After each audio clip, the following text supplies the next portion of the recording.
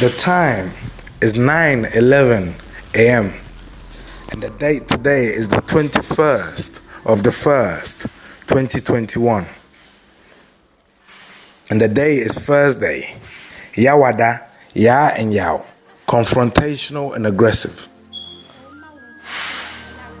Listen to this. My name is Kojo. Do you know what desperation is? Have you ever met desperation? Have you ever felt desperate? Have you, even if you haven't felt it, have you ever seen and felt a truly desperate person or desperate situation? I'm gonna tell you one. Yeah, I'm gonna tell you one. I had a job. Yeah, I had a job. And my job was to help the weak. Yeah, but the problem is I was given the job because I was known not to be qualified for the job.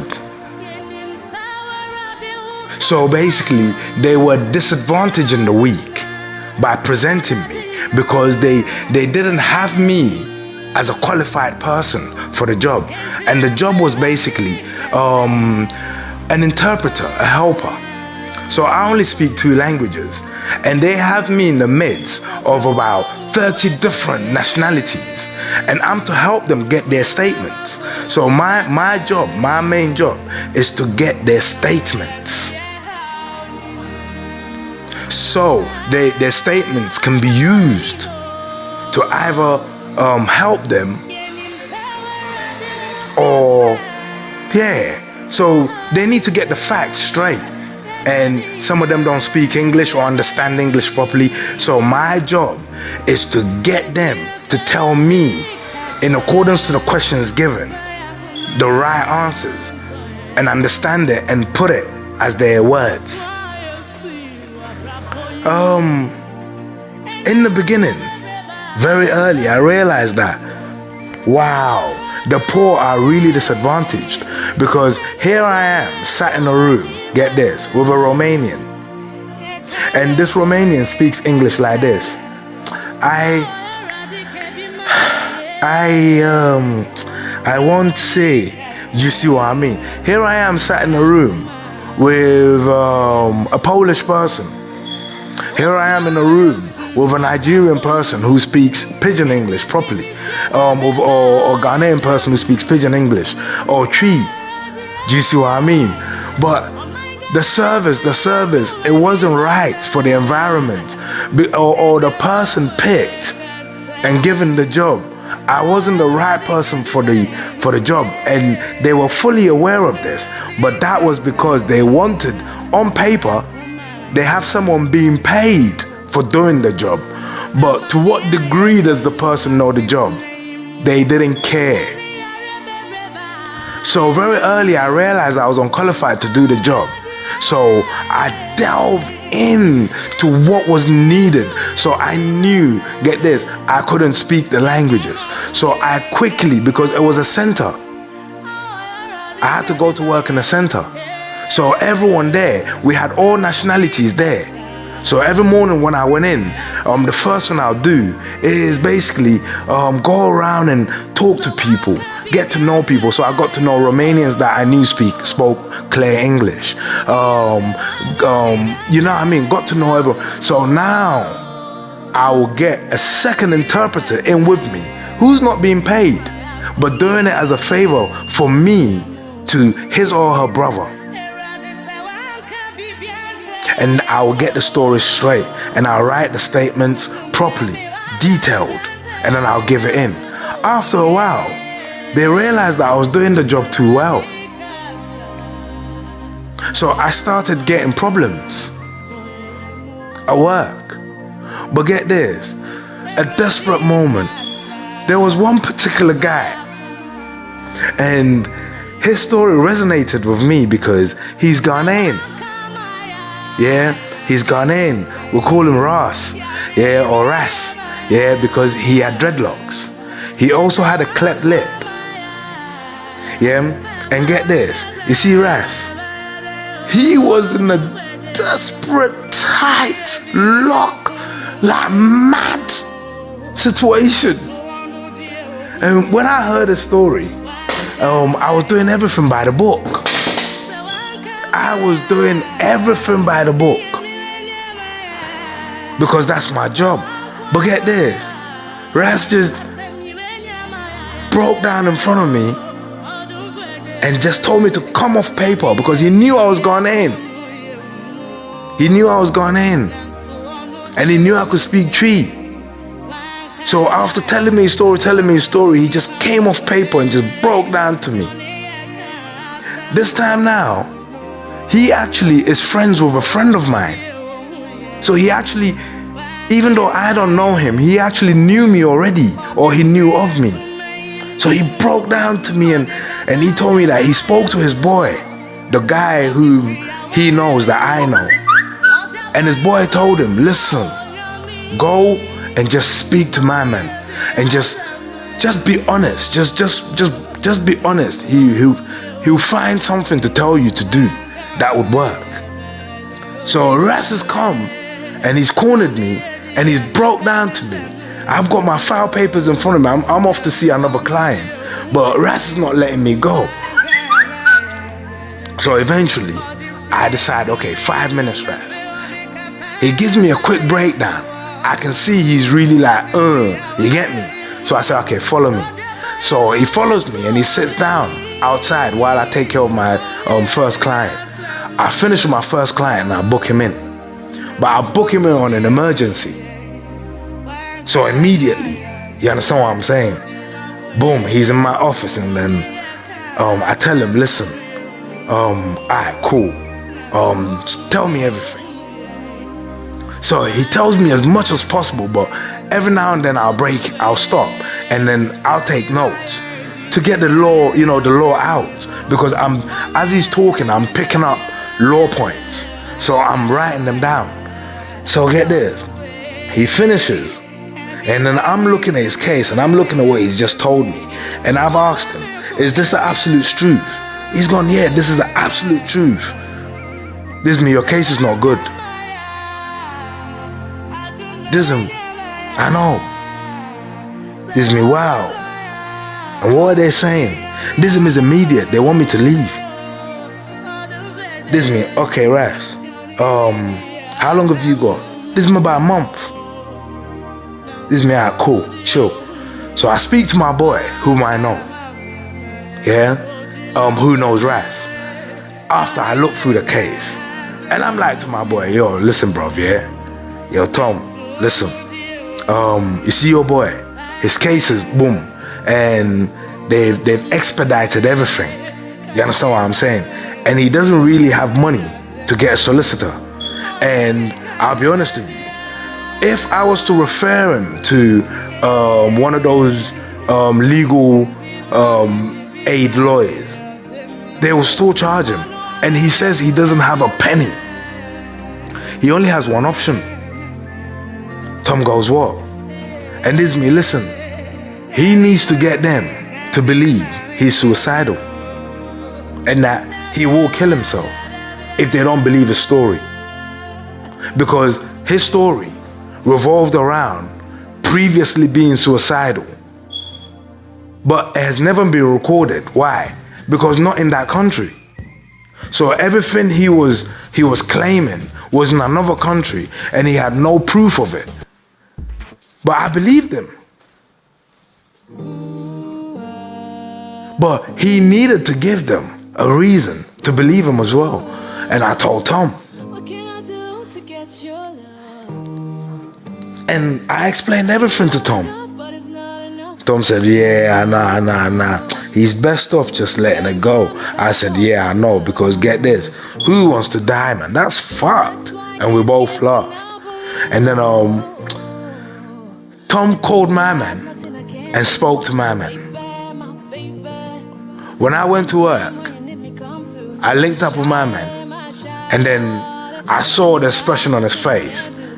Like, because he's already, his friend, his good friend has broken down my expect analysis to him, and he's understood in the language that they normally, finessing. So I went to see him, and he said, yeah, but not to worry. Is it possible for me to get him some money so he can get some cigarette? And I said, we're not allowed to bring money into the center, but don't worry. I knew one Polish guy who had a lot of cigarette, and I decided, okay, to ask him to, and then I sorted the money out later for him. So boom, get this. The next morning, and then I went ahead and did my work for that day. Left. The next morning, came back. As I'm starting with my paperwork, looking through my paperwork, the alarm goes off. Everyone's rushing. We rush over. And then all we're seeing is that one guy's broken his arm. And he's screaming in agony. We're thinking, what's going on? Everyone's confused. He's screaming in agony, and then we see one guy lying on the floor, and he's got a rope by his neck. And it so happens that the guy with the rope by his neck had jumped and was hanging off by his neck on the rope.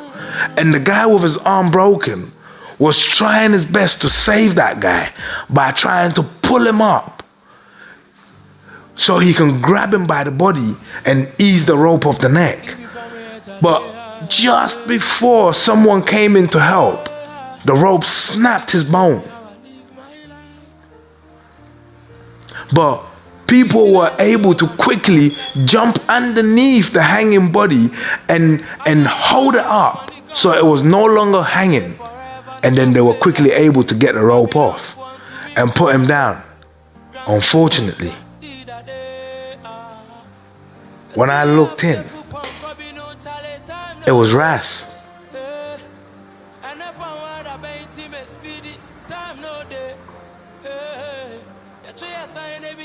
It was Raz. Raz has hanged himself.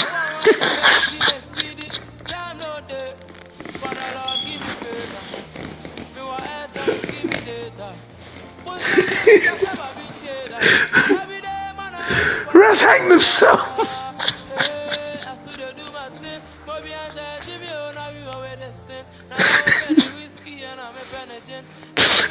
Yo! Raz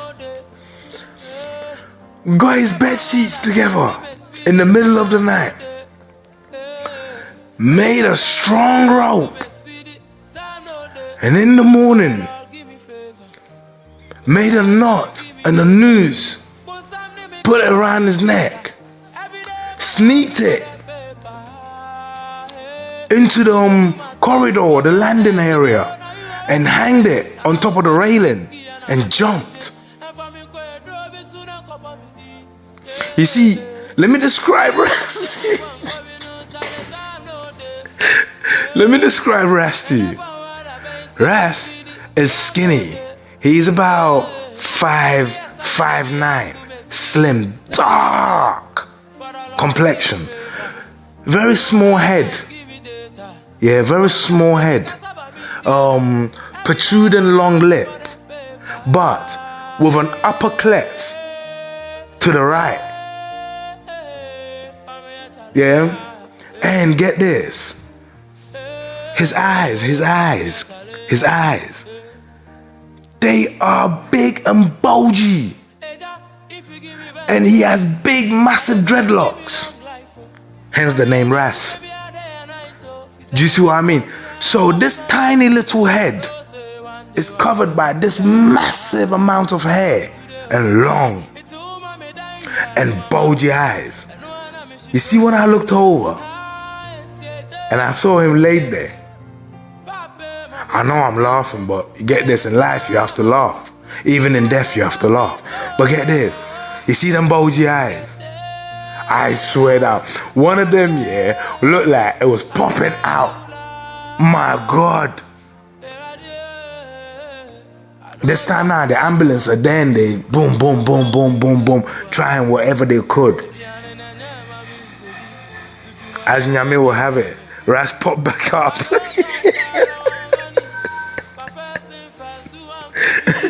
Raz popped back up. Bang.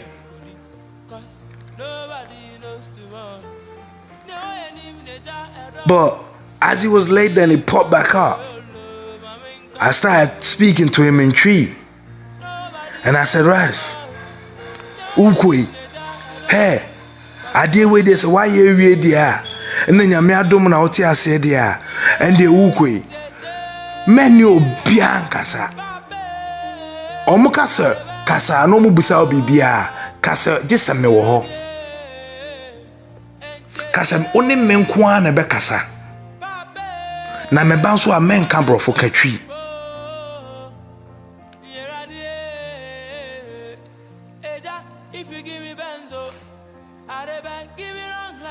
Basically, I told him, thank goodness you're alive. But you see now that you're alive, don't speak to anyone else.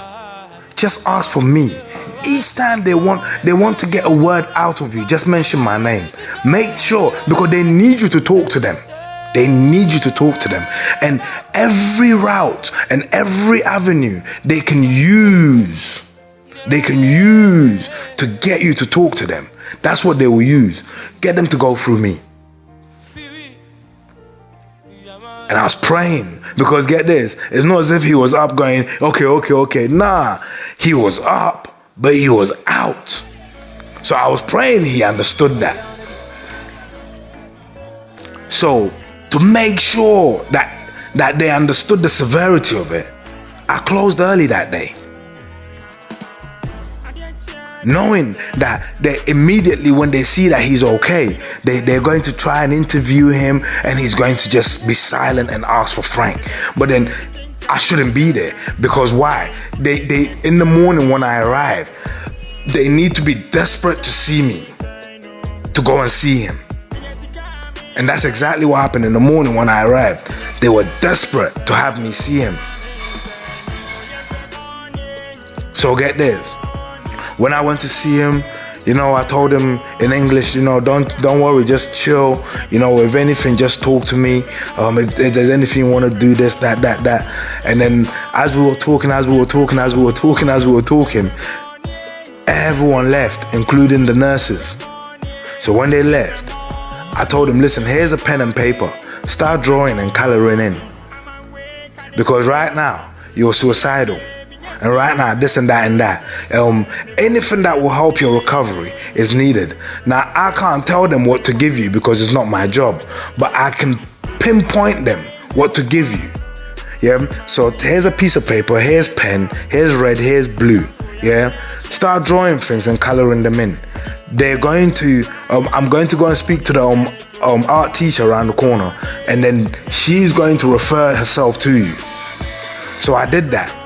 Next thing, they brought him a coloring book and coloring pencils. Now, I said, listen, Onwe Nkrum, you see our nation? He said, yeah. Also, Obiwa, Yadintuma Koko, and Intuma Tuntum, and Eshe. You see that in our nation, when someone dies, we wear black and red. He said, yeah. And this is because black and red signifies death. Death. Where blue and red signifies life. Do you see what I mean? So get this. This book they've given you is full of shapes. And it's full of many things. And you can see flowers in there. You can see beautiful patterns in there. They expect you right now to heal they want to find out if you are okay. If you go and display beautiful colors, it means you're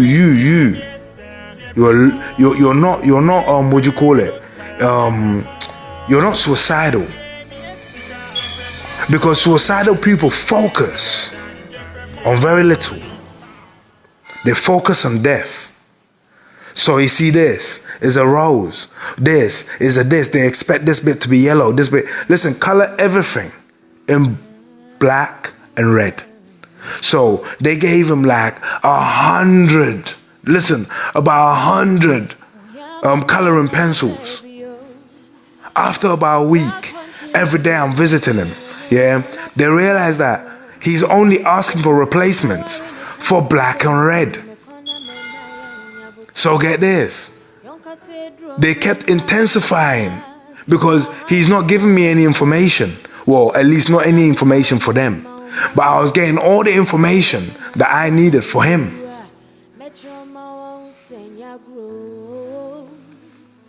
So get this. After a while, the psychological, the mental health nurse, everyone started getting involved. Because after a while, when I see that they're not moving, they're not acting on his case, he would just go on hunger strike. And I'll tell him, listen, it has to be for at least 1 week. Just don't take anything. Just don't take anything, and I'll let you know. Listen, can you do it? This will go. Because you hung yourself. Well, what's next? And his neck at this time was hurting him. This means, yeah, you've hung yourself now. What's next? They get me. What's next? Listen, I told him, listen, when they bring you colors now, yeah, gather all the colors and put them all outside and leave only the black and the red and only use those.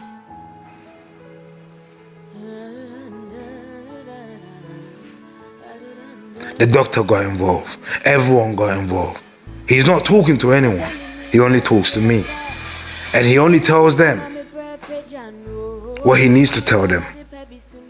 When we knew was right, we started controlling the situation. Where the situation was out of our hands before, now we had gained an element of control into our hands. But get this, what does a man have to do?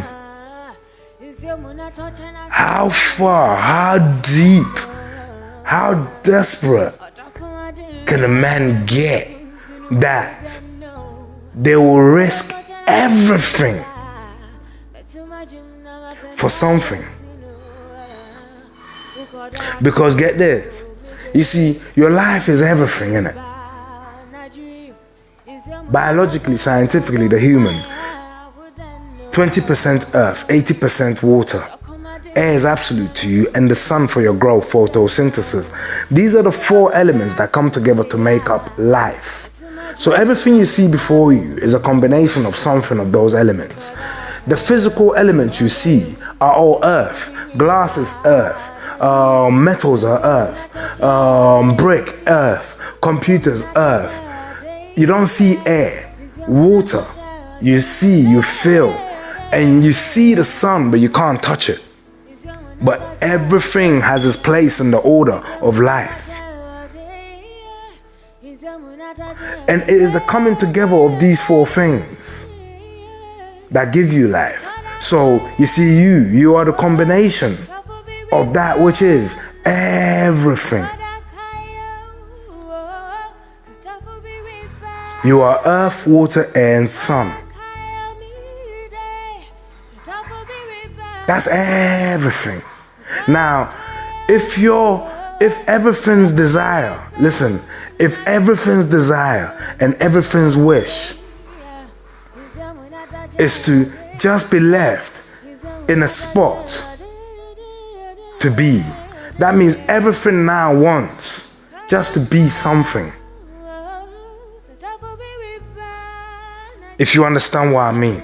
Because you are everything. Meaning wherever you are, you can be everything. And you can do everything.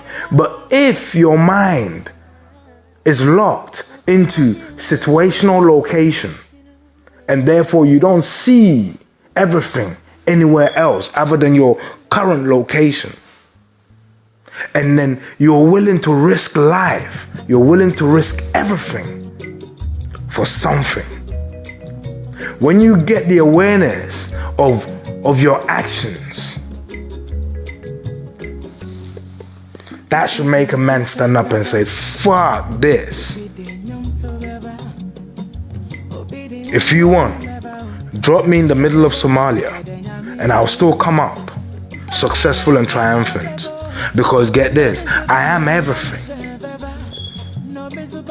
And wherever you drop me at, I remain everything.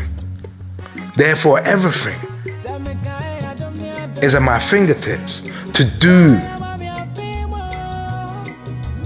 as I wish.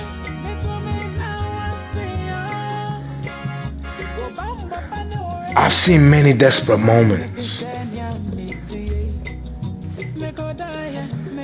I've seen many desperate moments. I've seen one desperate moment where a guy jumped off a 5th floor balcony.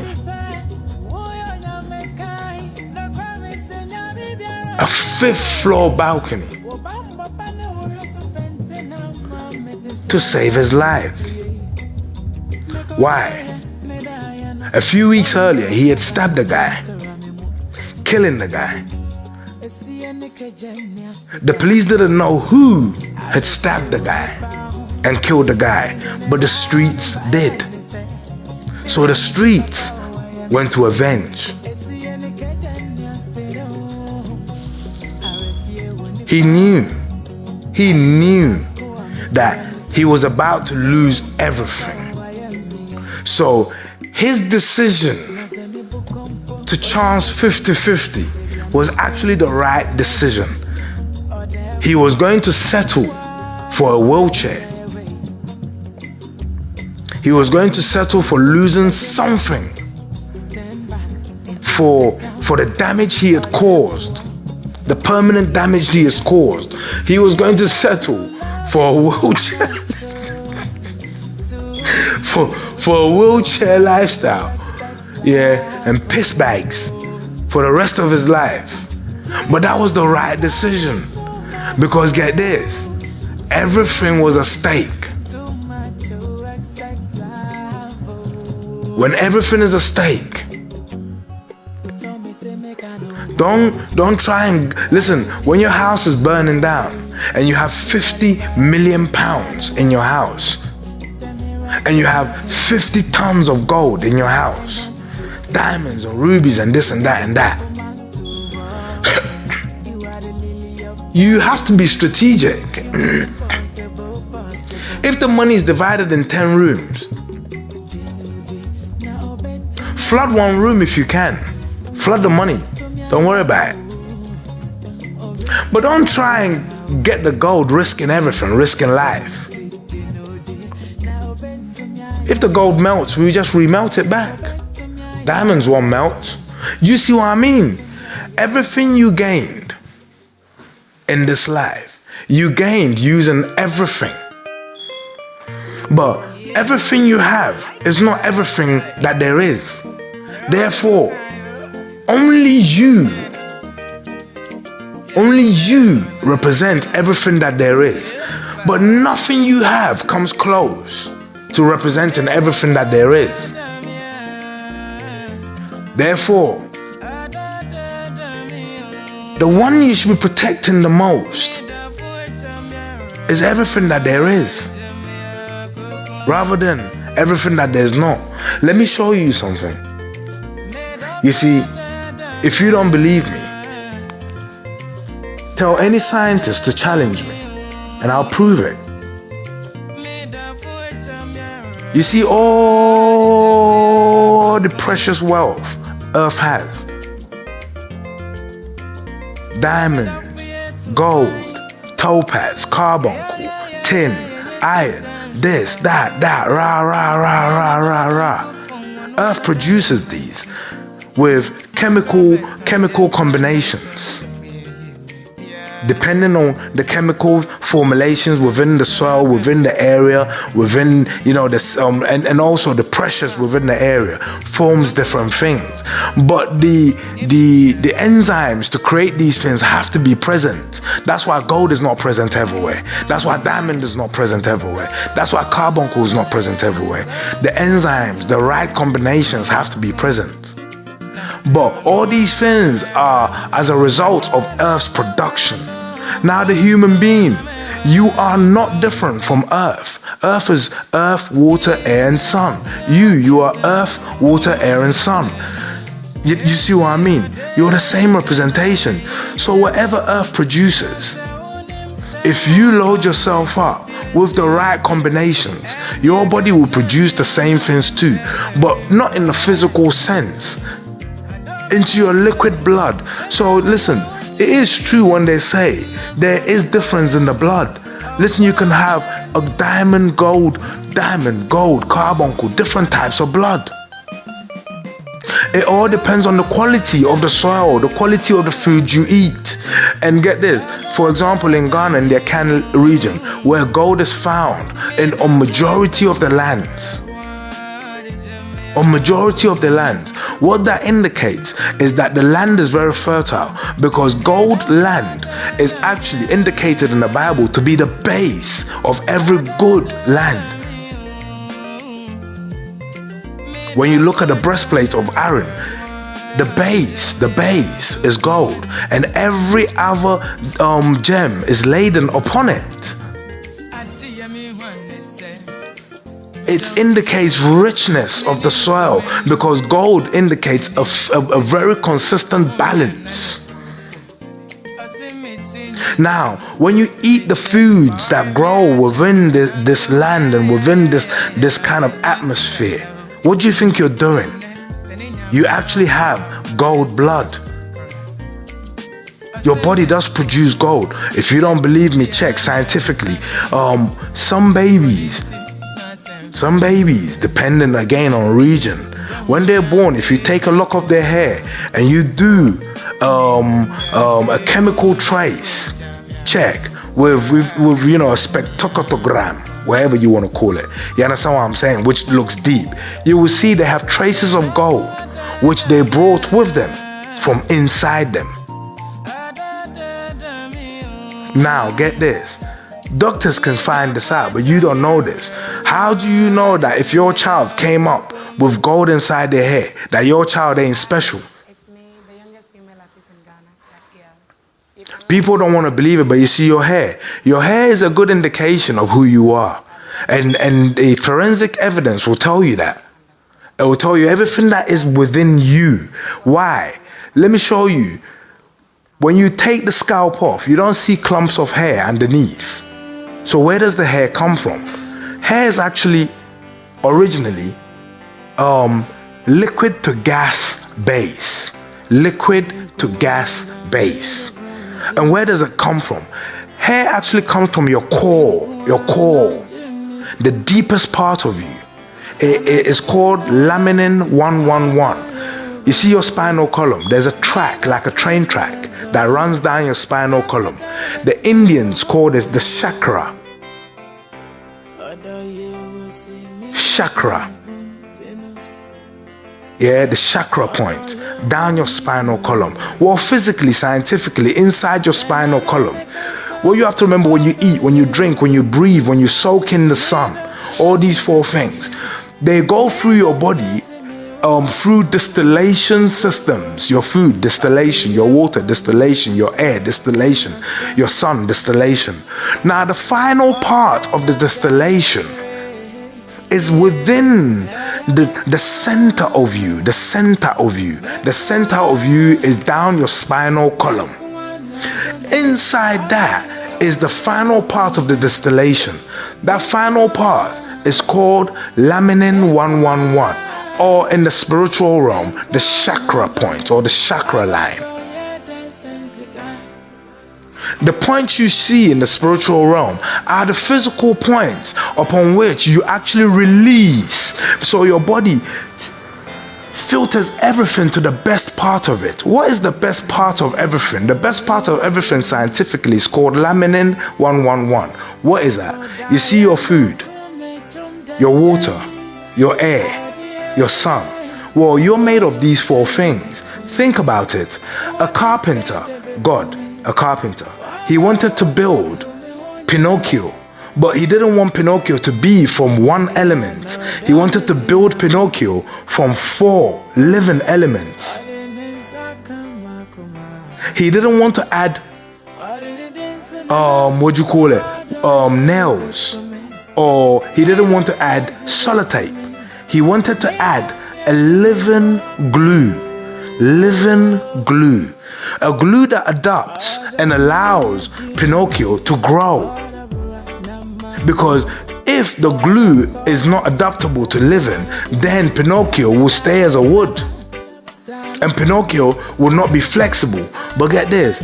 So, God said, you're going to be made from the best part of earth. So earth had to be distilled to its best part, which goes beyond gas that we see and gas that we don't see. Remember, we don't see air. Well, the distillation of air goes beyond that which we already don't see. And that point of air is called laminin 111, the purest. Food, the same. It will be distilled to the purest form beyond gas. When you eat, you fart. That's the gas you see. Well, it will be distilled beyond that to a gas you don't see, to its laminin 111 point. Your water, the same. You see, your water, the same, and your sun, the same. When these four things are combined at the center of you, it is then released back through you. It has to be at the lightest, because it is the glue that keeps life together. So water has to be held with earth, has to be held with air, has to be held with sun, to make you a living person. If you refuse to breathe in air, you're dead. You're missing one of the elements. But when you do breathe in air, air has to stay inside you. And for it to stay inside you, it stays inside you because it's filtered to its laminin point. When all these four things come together, we have the glue of life. Laminin, the Father, the Son, and the Holy Spirit. Laminin 111. Now, this laminin has to now come back through every part of you, every living cell of you, to hold you together. The day laminin doesn't reach any part of you, that part of you would not recognize. It would be cancerous. So get this. When laminin is pushed back through you, it has to come from the deepest part of you and come out of you to make sure that the last part of you, which is your skin, also receives bonding and glue. But laminin is so good and is the pool of your life. I say of your life because everyone is made differently. So no one can give you laminin pills and say this will heal everyone, because we all have the different biological makeups. So your laminin pool is specifically individual to you. Specifically individual to you. Now get this. When laminin, which is in the form of gas, going through solids, going through liquid, is being pumped through your pumping station, your heart. It creates that pumping station which goes through you, reverberates. On earth, we call it tremors. Now, these tremors help the pumping, and you shaking and you dancing and you doing this, help these release. Now, this release has to be targeted to certain places in your body. Your CPU, your computer. That's why we grow most of our hair on our head. Do you know why? Because get this, when life is giving you everything, it targets certain places which gives you a more advantage to be autonomous. Your brain is one of them. So more is pumped. And then when it gets to our scalp, just underneath our skin, when it comes out and hits, listen, and hits the air calcifies it. The hair that you see is actually the form of liquid and gas that when it hits solid air, which is the air we feel, it is then calcified. So get this, you see your hair is an indication of how good life is at the deepest part of you. Treating your hair from the outside and it's looking nice gives you a bad idea and doesn't give you a true reflection of what your hair is actually meant to do for you. Your hair is actually the thermometer of health. Your hair is your thermometer of health.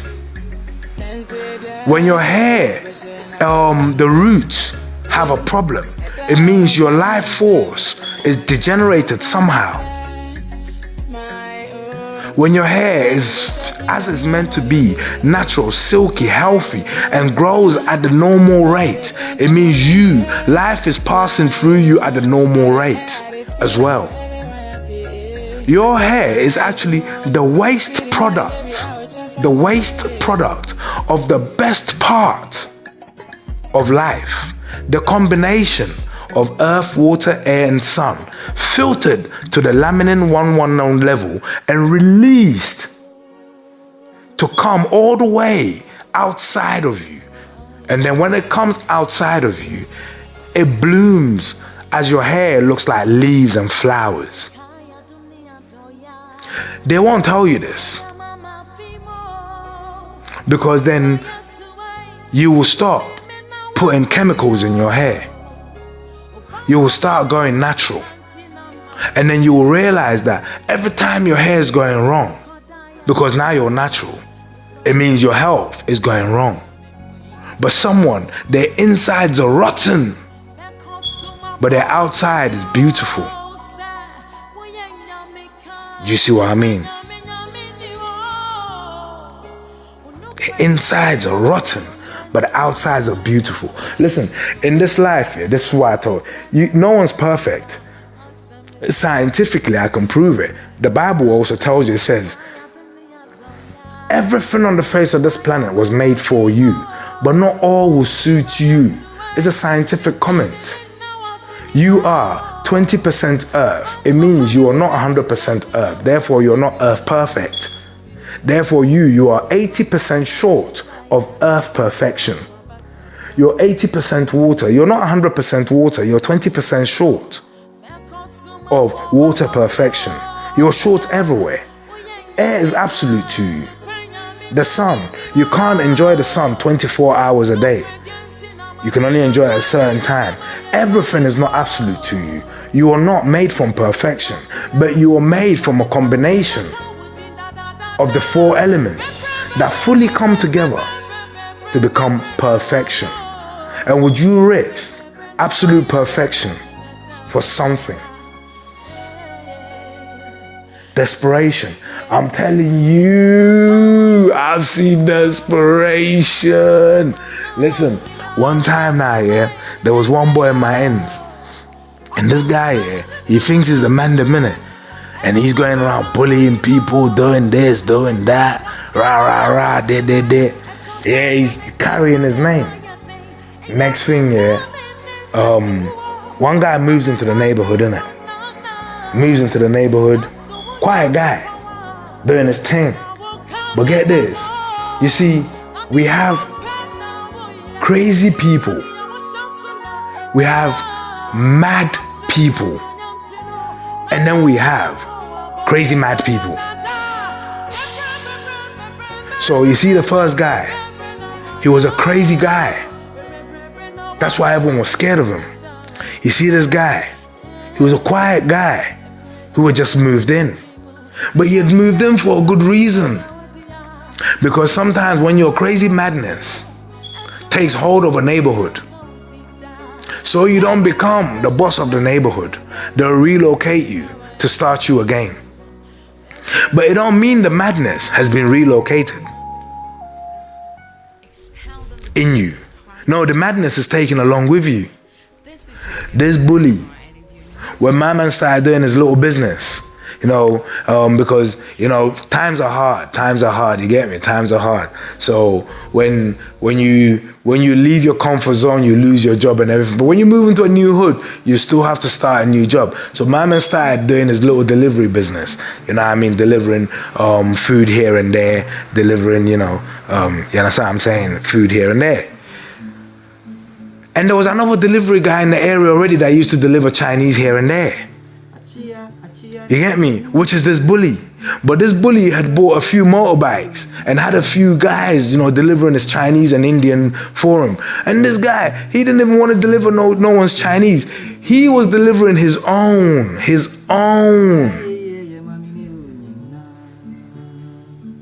African shit. Minding his own business. My man went, started making trouble, started doing this, started doing that. Next thing, I hear that my man that just moved into the neighborhood, he stopped working. So my man bullied him out of work.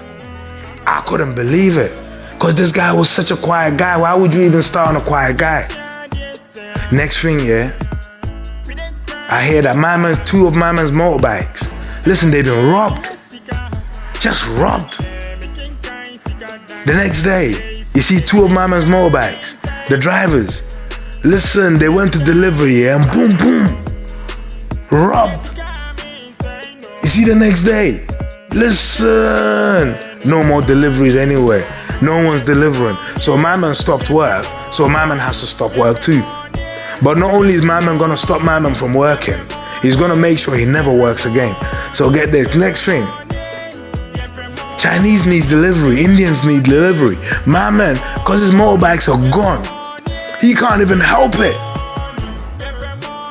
My man brings out his one motorbikes, calls two of his boys from London. Yeah, you see, that's what people call upon themselves. Now, he was going to chill there quietly, but now he calls two of his boys from London to come and help him with their motorbikes doing the food deliveries. Now I see the bully. Next thing I know, he became, listen carefully, because he was bullying his way through life. Eventually, he made peace and became one of the riders. Not one of the business owners, one of the riders. But I'm sure when the guy came on board, when the guy came doing his own thing, he could have gone and sat down and said, yo, my brother, listen, it's a big market and I want to do this big.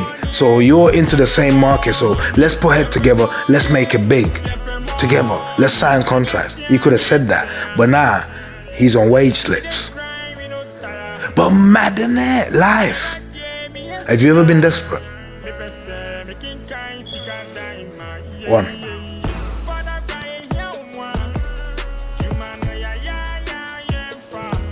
Telling you, hey.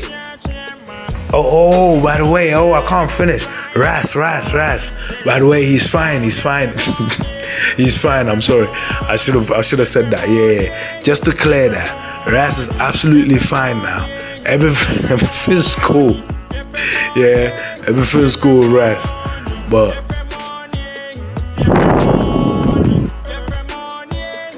hey, I say Muntia. You understand what I'm saying? Hey, I say Muntia. When you come to Ghana and you see the corrupt leadership and everything, and then you see why people do what they do. When you come to Africa and you see how wealthy nations have become, dog nations and uncaring nations and evil nations, and you see what I mean in it. Good night. Good morning.